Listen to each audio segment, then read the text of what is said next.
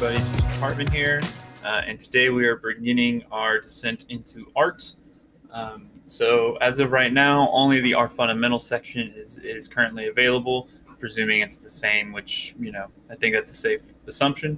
So today I'm going to start going over art fundamentals, and then as we get the official resources in for the next year, I will be able to go over those. But today we're going to start with our introduction to art history. Okay. And this is going to go a little bit different than the economics. I think a lot more writing, a lot more note taking will be used here.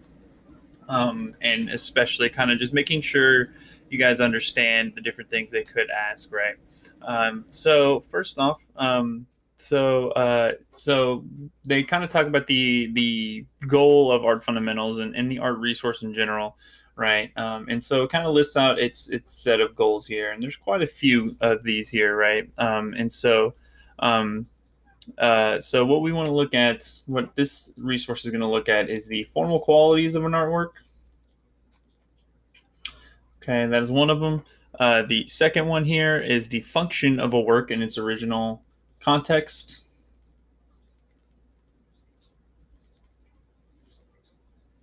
Okay. The third thing that we look at here is the goals and intentions of the artist and the patron of the art. Patron of the art being somebody who hired the artist to commission the work, right? Okay. The fourth one is the social position and perspectives of the audience in the work's original time and place. So social position and perspective of the audience.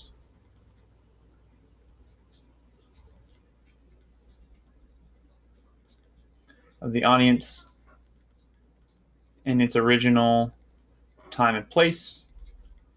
So not necessarily the modern, right, look. In fact, our social science research from last year would have criticized you for presentism in that particular case, right? And then they just say many other related questions. So those are our four major goals of either, I'm not sure if they're talking about the fundamentals, but I think they're just talking about the kind of general art resource here, right? And so this is an art history resource, right? And they kind of talk about different related fields. Okay, so they talk about anthropology, which is kind of like the study of older societies, right? They talk about history, which is obviously, you know what history is, right? Sociology, which is the study of different societies. And then they kind of also talked about some other fields that it overlaps with, which I'm going to go ahead and put in our kind of key term color here, which is aesthetics. Okay, so what is aesthetics? It is the philosophical inquiry into the beauty and expression of art.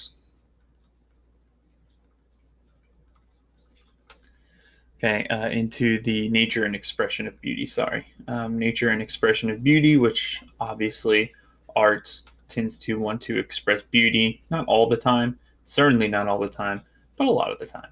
And then lastly, into art criticism. Okay, so this is not necessarily a critique of art, this resource. It can be at times, and a lot of times what they will tend to do is kind of talk about the critics of the time that the art was made. So the explanation of current art events. And they will especially also do kind of post, like presentist criticisms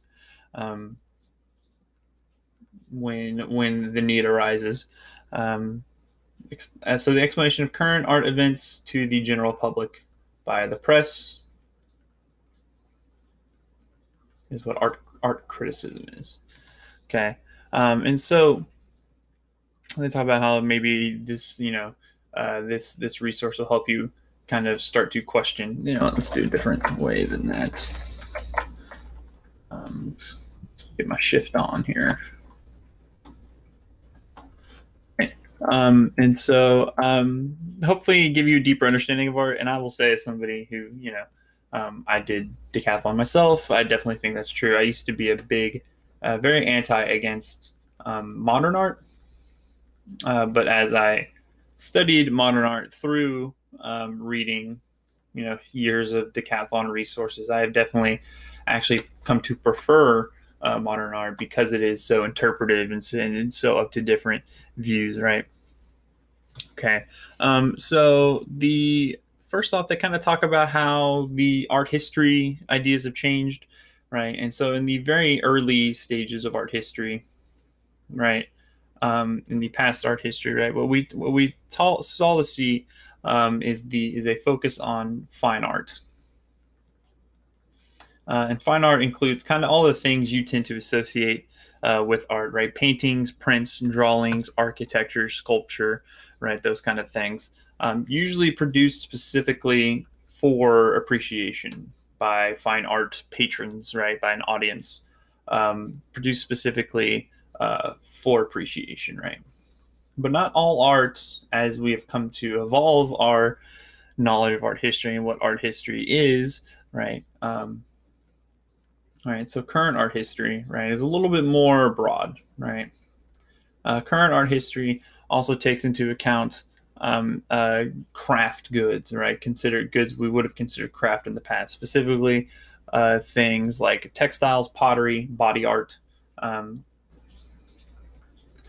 So craft is now analyzed as art as well. Okay, I'm trying to make this a little straighter. I apologize. Right, and then also not only that, not only craft art, but also art that's not necessarily considered art by the intended audience. Sorry, let me add not here. Not considered art. Ugh. Too much doing. Not considered art by the audience that isn't intended for, specifically things like advertisements and posters, and then household items as well, right? And so another thing that can really shift art, can shift the meaning of art. Let's see if I can get a little more straight here. It can shift the meaning of art. As a left-hander, writing straight has always been a challenge. Can shift the meaning of art. It is not only your time, right? What time you're in, but also your social standing. Okay, and in the example that they bring up here is looking at Michelangelo's Sistine Chapel, right? Okay, they kind of break it down into two possible perspectives, right? The one of the Pope, right? So the Pope sees it he commissioned the work. He has sophisticated theological knowledge and exclusive access to the private space. And then also maybe a worker who was charged with cleaning the floors of the Sistine Chapel, right, might not see it in the same view, especially if their literacy level was much lower, right? And so what are the differences, right? The social differences, the background that can change your view of a piece of art. Okay. What are those different things? There are a lot, but they list a few here, right? They list social status. Somehow this is more angled as I attempted to make it less angled. Education, physical access to a work, right? Whether that be through having handicaps or having wealth issues, right? Religious background, right? Religion, race, gender as well. Okay, all of these can have can create different interpretations of a piece of art, right? Okay, and then of course they talked about time, right? And then time also with these different kind of concepts in play, right? So time then kind of flips these, so it's almost 12, right? So even though, and you might be able to view these similarly aesthetically today, or if you're of these different kind of backgrounds, right? Then even, but it's really the context that which we'll talk about here in a little bit, right? That changes, right? Okay.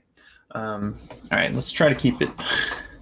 Let's see here. I have to really tilt this tablet I'm writing on to try to keep it straight. The nature of art historical inquiry. So I'm not necessarily making any designations between the different sections, but this is the main section, right? Maybe I call this, topic 1. We'll call this 1.1 and 1.2 here, right? Nature of art historical inquiry is a subtopic of the Introduction to Art History, right? And so there are two major ways to analyze a piece of art. The first one is formal analysis, which is probably what we tend to associate art history and art critique with, which is formal analysis, right? Which is focusing on the visual qualities of the art itself. Okay, and a lot of times when you see when they get into the art reproductions that they're going to want to analyze, they will tend to break it into 2 sections, well, 3 sections. They'll tend to be like a background of the artist and maybe the time, and then the formal analysis, which will look directly at the artwork itself, and then the contextual analysis, which we'll talk about here in a second, right? And so what we see here with formal analysis, a basic assumption of it, right, is that the artist, right, made decisions about what the art is going to look like. So that the artist made decisions related to the visual aspects of the artwork that is supposed to reveal something, right? So that the artist made decisions in the artwork, that can reveal something about the art itself.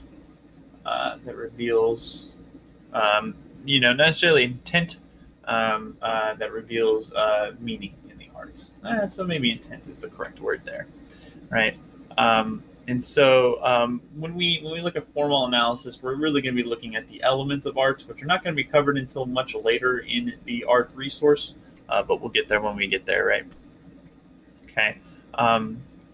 So yeah, we'll kind of come back to that, and then our second, and maybe possibly more important, but again, I the beholder there, is contextual analysis, right? And so that's looking at the context of the piece of work, right? So looking outside of the artwork to kind of further develop its meaning, right? To determine the meaning of the artwork.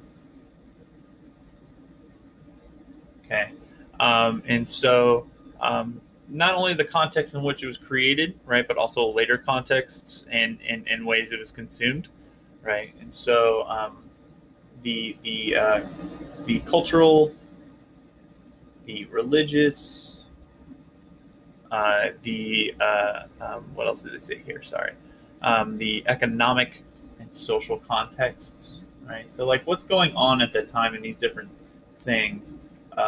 That is influencing the artist and what they're making, and political also goes into all of these, right? Political context will also really define all of these as well, right? So some things that we could look at, right, is patronage, right? Who hired this artist to do this thing, right? That might determine a lot about what the subject is and the meaning of it, right? Viewer access, right?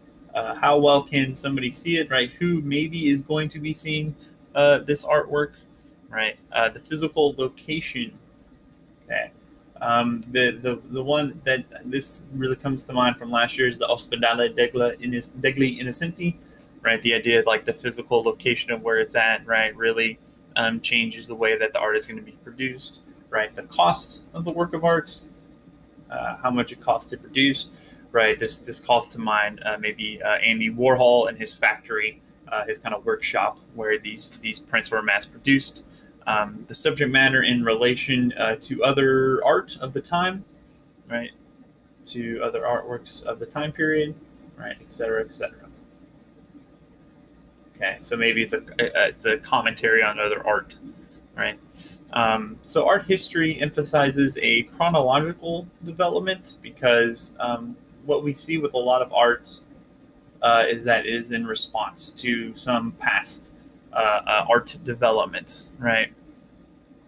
Right, because the idea that that one generation of artists will impact the next generation of artists, which we don't see just in art, but we see, throughout cultures and societies and religions, right? They talk about how contrasting a Gothic and a Renaissance artwork, we can look at the unique features and how maybe that Gothic style led into the Renaissance style, right?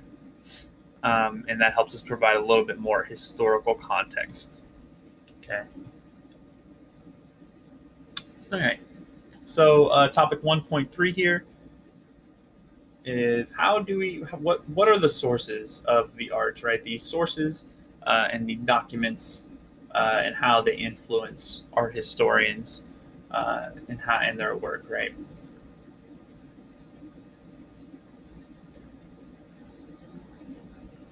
Okay, so this section I think is pretty simple to kind of understand what they're trying to get at.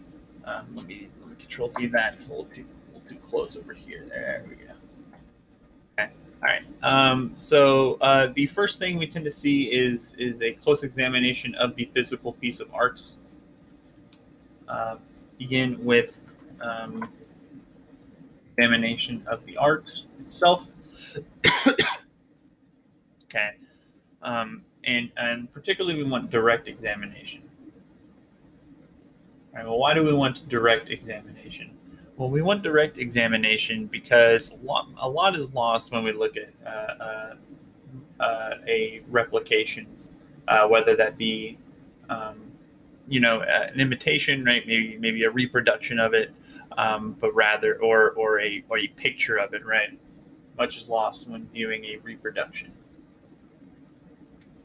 All right, so we want to see direct examination when possible, right? They talk about the sense and scale of a three-dimensional quality. It's lost when you see a photograph, the textures and the colors, when we see reproductions or, again, photographs. And then on the other side, photographs can even make it look better than it appears, right? And so we tend to see that kind of settlement for reproductions due to constraints, right? Because sometimes things are not necessarily able to be easily viewed, right? Could be damaged or lost over time. Okay, we could see that as a possibility. So that's a big issue for as to why we might need to see reproductions, right? And then we also might want to look at associated studies to help understand associated studies to help us understand the work itself, right? Associated studies and other works of the artist or artists of the time. Okay. Another thing that art historians might use is Rin Sources to help with contextual analysis.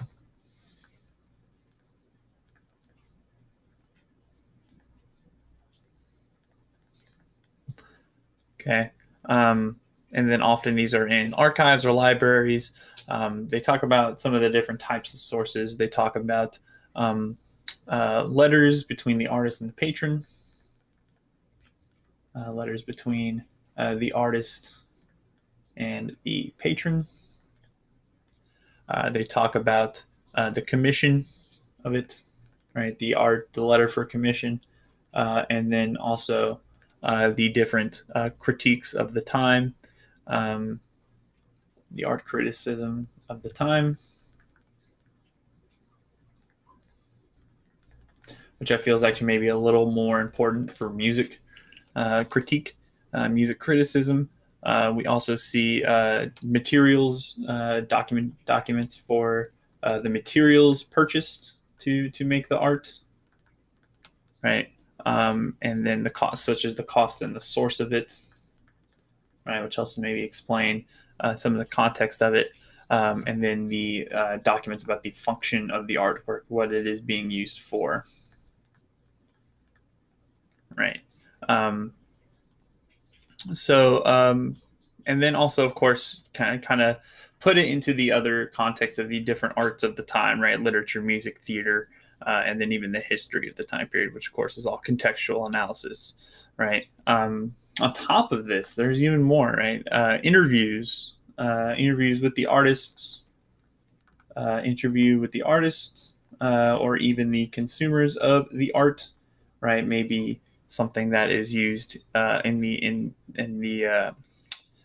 the context, especially in cultures with a strong oral history rather than a written history.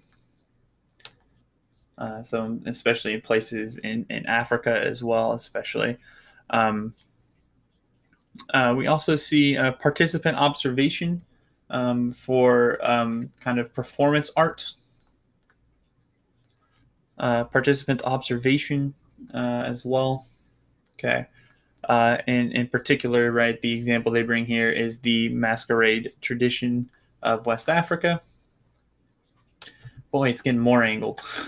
If you can just tilt your desktop a little bit, that would be very preferable, right? So the masquerade tradition is all about performance, and so the art historian using that, looking at that through that kind of context, right? All right. So now let's kind of get into our final section here, the development of art history.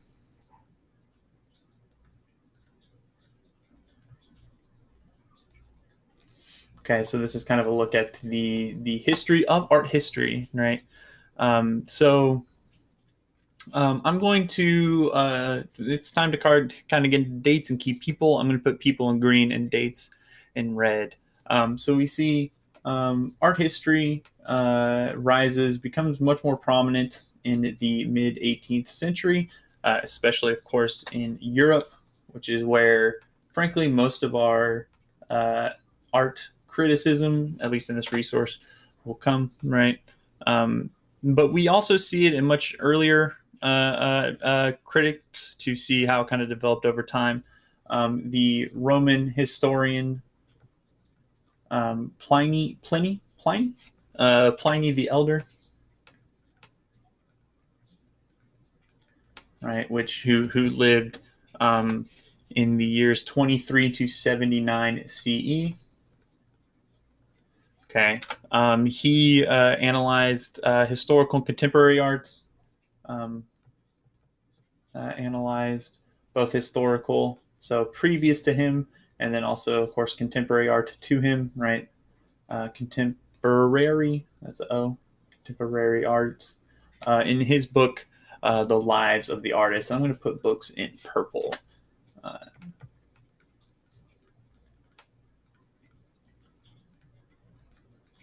Is it?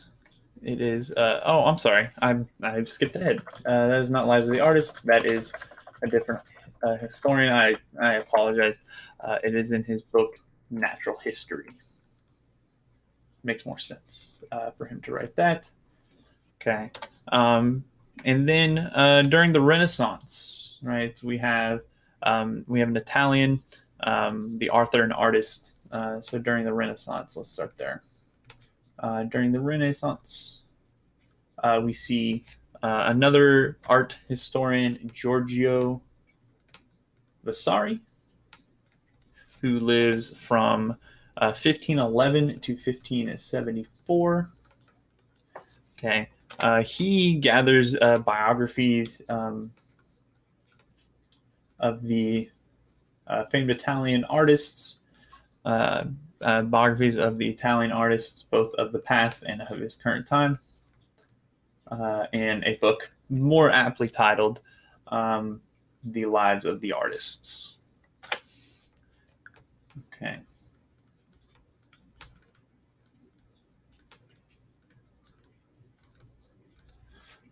All right. And so what we see here during the Renaissance, right, especially in the context of humanism, right, a Renaissance philosophy which kind of focuses on individuals as being just as important as their role with God, right? We're seeing a changing role of artists in society during this time period because of that humanist idea in the Renaissance. Changing role of artists in society, and also the growing concept of the Renaissance man and artistic genius, right? kind of this very Western theory, right? This idea of kind of great men, mostly men, but some women shaping history as we go along.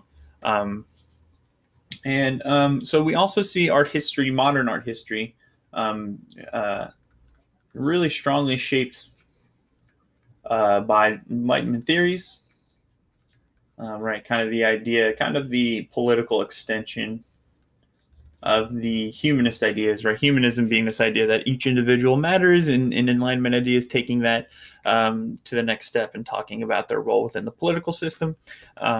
And one key person who brings that into art history is the German Johann Joachim Winkelmann. Johann Joachim Winkelmann, who lives from 1717 to 1768. Can I squeeze that in here? I think I can. Yeah, that's a 68, I promise. He is a German scholar who shifts away, moves from the biographical approach really to a more historical context approach. So the biographical approach of Vasari to a kind of rigorous study to a style development in a historical context. So basically what's happening at that time, what's happened beforehand to help shift the way that art is produced, right? And so we start to see that kind of become the main idea. And then in the 19th and 20th centuries, which I'm not going to put necessarily in color, but 19th and 20th centuries, we start to see an emphasis on the interrelationship between the formal qualities and its context, on the blend, I'm not going to say interrelationship, blend between the formal qualities and its context. Okay, especially when you start to look at things like Dadaism, right, and how that really was impacted by its time. Okay. So this last section here just kind of talks about, hey, make sure you understand biases, right? And we've started to see art history revised over time, especially in the context of a couple of new traditions by feminist historians, right, who want to bring women more into the historical context and the art historical context that they deserve. Who have noted, so they talked about, the focus has largely been on white men during this time period, or during this analysis. They want to kind of shift away from that, not just towards white women, but also to men of other cultures and women of other cultures, right? And so we start to see much broader international and inclusive art history. And it's not just about feminists kind of including more women, but also includes a lot of different things, right? Marxist communism, right? Marxist communists are being involved. Feminist theories are being involved. And then psychoanalytic theories as well are kind of being involved in art history, right? And then we also see kind of a move away from the artistic genius, concept that we especially saw in the Renaissance, right? And more towards a kind of more broad look, and then especially as we see the kind of full breadth and scale of human artistic capabilities, right? When we start to see things like, mass-produced advertisements of photography, and things like that, right? The ability of, individuals to produce art for much cheaper, right? Kind of shows that, maybe there wasn't just these artistic geniuses, but rather just that all humans have the potential to be artistic geniuses, or at least most, and genius, of course, being in that context of the Renaissance period. And so that's going to do it for section 1, the introduction to art history. In the next video, we're going to start getting into the art of the Western world, And we'll probably kind of get maybe into Mesopotamian art is probably where we'll end that section. Maybe a little later. We'll see. But that's gonna do it for today. Thank you guys so much, and I'll see you in